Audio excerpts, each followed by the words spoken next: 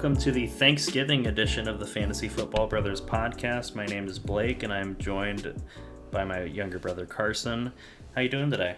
I'm doing very well. I'm looking forward to Thanksgiving tomorrow and seeing more games than usual on Thursday, and I might actually watch them because that's what will be happening during the day. So what's your excuse for Sundays? I watch Red Zone, and you know that's true, but as far as full-length games, I don't usually do that, but I definitely will do that tomorrow. Yeah, and along with the family time and the food time, Thanksgiving is a wonderful time. Agreed. I think it's a very underrated holiday. I like it a lot. All right, let's get into the Week 12 buys. First and foremost, we got the Cardinals and the Chiefs, two very fantasy-relevant offenses. Yeah, and these two offenses are stacked for fantasy purposes and just in the real NFL. For the Cardinals, you've been missing Kyler and Hopkins, but those are the two biggest players you're missing on that team. Christian Kirk has kind of emerged as a reliable play, especially in Hopkins' absence. Connor has been good in Edmonds' absence, but I think Edmonds will probably be back for Week 13. We'll obviously have more updates on that as we get closer. And obviously there's other pass catchers in this offense, but as far as consistent, reliable plays, I think those are the most important ones. Yeah, and then with the Chiefs, obviously Patrick Mahomes, whatever running back they decide to use that week, whether it be CEH or Darrell Williams or Derek Gore, one of those usual suspects. And then, I don't think Derek Gore is in the conversation of usual suspects, but it does show you how that offense's backfield works. Yeah, I mean, he popped up one week and hasn't since, but you never know with the Chiefs. It's true. And then with the pass catchers, obviously Tyreek Hill and Travis Kelce, and I mean, that's really about it. I was, earlier in the season we were talking about Josh Gordon, and he's just completely, not existed. Yeah, it's surprising that this offense doesn't have more than two pass catchers that are relevant, but it's just two extremely relevant ones, so they take up a lot of the looks for Mahomes. Yeah, so let's go ahead and start with the first game of the day. It's starting at 11:30 a.m. Central Time, and that's the Bears going up against the Lions. And Blake jokingly said that this is the time you should be hanging out and just talking to your family because this is definitely the worst game out of the three, or at least on paper as far as the matchup. It just seems like it won't be extremely exciting, but hey, you never know. The games we thought would be exciting, like Chiefs-Cowboys, really weren't. Like, that was not a very high-scoring game. So you never know, like we always say with the NFL. But with the Bears, Andy Dalton will be starting at QB. Yeah, I guess I'll ask you. Because I really have no idea, honestly. Do you think this is an upgrade or downgrade for pass catchers on the offense? I think this is a slight upgrade, and the reason is that Andy Dalton is more of he's a more proven passer than Justin Fields. Yeah. And I think that it's unfortunate that Fields is missing this game because as we're going to mention later, the Lions are horrible against the run. So that would open up a lot of opportunity for Fields to get involved in that way. But I think this is kind of an upgrade for the limited pass catchers that you have here, because we do know that Allen Robinson is doubtful to play, so it's probably going to be another day for Darnell Mooney, like we saw in Week 11. But I do think that Andy Dalton being the quarterback is overall good for the offense. I do agree. With Allen Robinson being doubtful, that's definitely interesting and good for Mooney as far as fantasy is concerned. But if Robinson was healthy, I wouldn't be surprised if he did well in this game with Dalton at quarterback, just because you're getting a more reliable passer.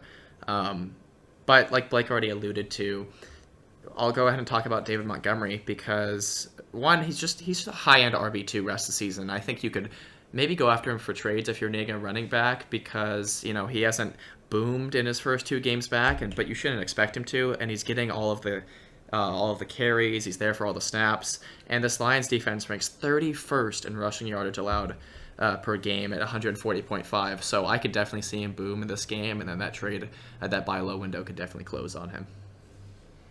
Yeah, so maybe hurry up on that. I don't know. Time is ticking. Yeah, he was a top 5 running back at the end of the last 5 weeks of last season. I don't expect that, but a very safe high-end RB2, I would think. Yeah, I agree with that. And maybe some of the injuries that are going around the league, especially at running back, will kind of open the door a little bit for him to crack that RB1 conversation. Agreed. Yeah, so someone who is a locked-in RB1 that we can talk about is the Lions' DeAndre Swift. Yes, he just always gets it done. I mean, that's really all we can say for him. If they're losing big, which they tend to be in that position, he gets a lot of passes. Hey, they got one tie. Yeah, that's true. Gets a lot of receptions, and then if the run game's working, he's getting carries. Like, he's just extremely versatile, so he works on this offense no matter what. Yeah, and then obviously, the tight end position is pretty volatile, but you're starting TJ Hawkinson if you have him. I think it's very difficult to make an argument in a week where there is no Travis Kelce that you have a better option. So, I think that's kind of how that plays out. And then I'll ask you one final thing about this matchup before we move on. And is this the week that the Lions get their first win? No, I don't think so. I honestly think that Montgomery will have a big game, and Dalton will be competent enough in this matchup to just be a reliable passer. So I don't think so. Fair. Yeah. Yeah, I think that's fair. I'm not particularly rooting for them. I think that, not that I have anything against the Lions, but I don't think they're there yet. So yeah, agreed. We can move on. Raiders and Cowboys. Yeah, so this Dallas team ranks 8th in passing yards. It's points against per game. So I don't expect the Raiders to be a successful offense in this matchup. They've kind of been a sneaky good defense this year. Yeah, that's definitely true. We saw on our dad, one of his leagues still plays defenses, and they were ranked 5th as far as defenses, and I thought I was kind of surprised that they were that high. I guess, do you want to talk about Josh Jacobs a bit? Sure. I'm kind of thinking, at this stage in the season that we can kind of assess that he is more of a flex than an RB2. Yeah. But he does provide a decent floor with his involvement in the passing game. But he's just not the running back that you thought you were drafting. Yeah, that's for sure. And that's disappointing for teams that drafted him because he's probably their RB2. But if he's your RB3, I'd honestly feel pretty good about that. He is high floor play. He's not really ever booming. But he's definitely a flex play. But I think most people that drafted him probably have him, or day one at least, he was their RB2. So hopefully they got lucky and got another person to pick up the slack for him. But as far as pass catchers, Hunter Renfrow and Darren Waller, only reliable pass catchers in this offense. Waller had a good game last week, so that was good to see. Bounce back from his Week 10 performance. Renfrow, I don't think did amazing, but he's just been very consistent. And this Cowboys defense ranks 20th in passing yards allowed per game and 10th in rushing yards allowed per game. So I do expect that these two pass catchers will get the work that will be necessary for them to have a good fantasy day. Yeah, Renfrow got his second single point performance of the season. So I do expect that to kind of go back to a double digit because that's been his average, and he's been relied consistently in the past few weeks. So yeah, I think he bounces back and gets you, probably 12 to 14 points. Yep, I agree. We can move on to the Cowboys, and I guess you want to talk about Dak and his pass catchers. Yeah, so last week we talked about how the Cowboys and the Chiefs had a major shootout potential, and that ended up blowing up in our faces because all of the pass catchers for Dallas seemed to just, find a way to leave the game early. Amari Cooper didn't start because he was on the COVID list, and CeeDee Lamb left with a concussion, and so it was quickly down to Michael Gallup and Cedric Wilson, and Dalton Schultz had a pretty good game in their absence. And so I feel confident with him at tight end this week with Amari Cooper still out, and we'll need to monitor CeeDee Lamb's availability. But Dak Prescott struggled without those main guys, and I feel a little bit better if CeeDee Lamb plays. If he's out, I think you still probably start him because it's going to be difficult to have a better option necessarily. That, we were talking about Derek Carr, but he's ranked, or he's rostered in 65.5% of leagues. So yeah, there aren't too many reliable options at this stage in the season for fillers at quarterback. Yeah, I think you just So gotta trust him. Like we said, that game between the Chiefs and the Cowboys definitely was not high scoring. Dak nor Mahomes threw for a passing touchdown, so I expect him to obviously bounce back from that. yeah, he's been reliable most of the time this season. So not panicking on him necessarily. And then let's talk about the running backs. I remember a time, and we talked about this pre-show, that, you know, looking at the matchup, well, it should be a good game for Zeke, but nowadays it should be a good game for Zeke and Pollard. Yeah, it's definitely interesting. I like seeing Pollard have success. I think that's awesome for this team. But as someone, I do have both Zeke and Pollard on my main fantasy lineup. But I kind of wish that Pollard didn't exist as far as Zeke's value is concerned, because Zeke is still RB7 as far as our scoring goes. And he's had kind of a tough stretch ever since they've come back from their bye. He had one game where he had, in week 10, where he had 2 rushing touchdowns, but they're both goal line, so that inflated a score. So, and you're seeing Pollard emerge in this offense, and in this matchup, the Raiders defense ranks 29th in rushing yardage allowed per game at 132.1. So I do expect Zeke and Pollard to both be able to coexist. Some of Pollard's biggest games were in the same week of Zeke's biggest game. So I definitely think that they both can coexist, and Zeke is still, a must-start running back. But Pollard, I wouldn't be surprised if he gets double digits in this game just because of this matchup. But I still don't think you're confident enough to start him while Zeke is healthy. Zeke left the game a bit against the Chiefs, which allowed Pollard to do a little bit more. But now if Zeke is back and fully healthy, Pollard's risky, but he's an interesting player to rank, that's for sure, just because of how this offense works. Yeah, I mean, he certainly has more single-digit games than double-digit, and we're talking about Pollard here. Yeah. But with the way he's been used recently, I think that there's an opportunity for him to kind of enter into flex territory. We'll just have to wait and see. Yep. Okay, I guess we can move on to the last matchup for Thanksgiving. Bills at Saints.